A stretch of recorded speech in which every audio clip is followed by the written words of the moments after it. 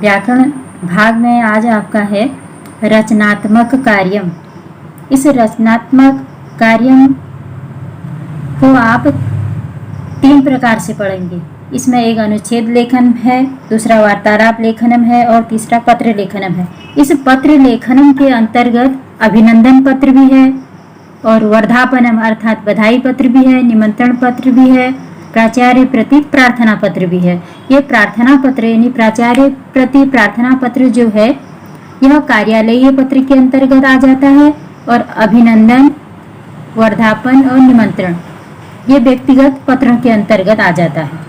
यानी यह पत्र इतने प्रकार से आएगा।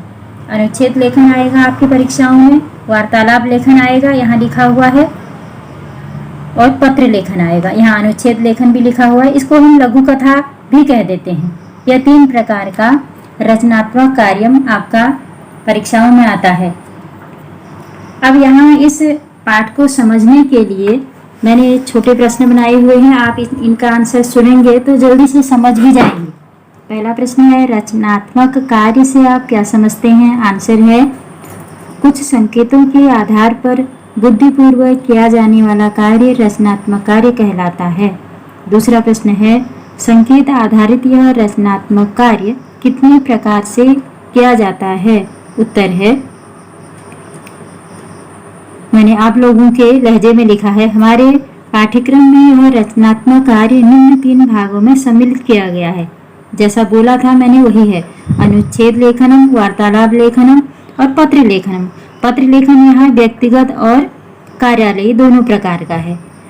अब पहला वाला है, अनुच्छेद लेखनम किस प्रकार से किया जाता है?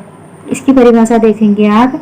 संस्कृत भाषा में एक ऐसा प्रश्नवाचक अनुच्छेद तैयार किया जाता है जिसके बीच के कुछ शब्दों को अनुच्छेद में न लिखकर उन शब्दों का यथास्थान छोड़ दिया जाता है, यानी रिक्त स्थान। छोड़े हुए शब्दों को एक मंजूषा में एकत्रित कर लिखकर प्रश्न भाग में समाहित कर देते हैं ताकि अनुच्छेद के रिक्त स्थानों की पूर्ति मंजूषा से सही शब्द लेकर की जा सके। इस अनुच्छेद लेखन को हम कथा लेखन के रूप में भी ले सकते हैं। अब इसका एक उदाहरण मैं आप लोगों को यहाँ किताब से पढ़ा रही हूँ, आप समझेंगे इसको। अर्थ भी बताऊंगी ताकि परीक्षाओं में ऐसे प्रश्न आते हैं तो आप कैसे उनका उत्तर लिखेंगे। स्वराज्यम मम जन्म सिद्ध अधिकारः अस्ति। स्वराज्य मेरा जन्म सिद्ध अधिकार है। इति स्वराज्य मंत्रस्य उद्घोषकस्य तिलक महोदयस्य नाम को न जानति। इस स्वराज्य के मंत्र के उद्घोषक तिलक महोदय का नाम कौन नहीं जानता?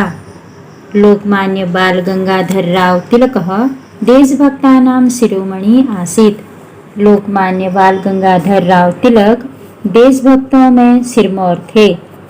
महाराष्ट्र प्रान्ते रत्नागिरी मंडले ब्राह्मण परिवारे तस्य जन्म अभवत्। महाराष्ट्र प्रांत के रत्नागिरी मंडल में ब्राह्मण परिवार में उनका जन्म हुआ था।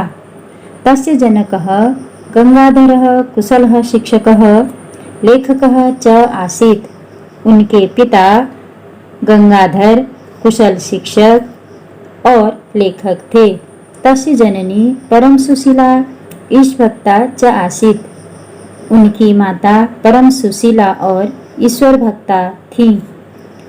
तिलकः गणितस्य संस्कृत भाषायाः विधि शास्त्रस्य च प्रकांड पंडितः आसीत्।